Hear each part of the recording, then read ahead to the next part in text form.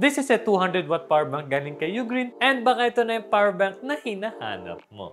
Meron siyang tatlong port, isang USB, isang 100 watt, and isang 140 watt na port. And para sa mga stat nerds na katulad ko, may display siya to show you the battery level as well as yung output ng power bank. You can even see yung graph niya, which is something new na ngayon ko lang nakita sa isang power bank na ganito. And with 25,000 mAh worth of battery, na kaya niyang i-full charge ang phone ko as well as yung laptop ko with 30% battery to spare pa.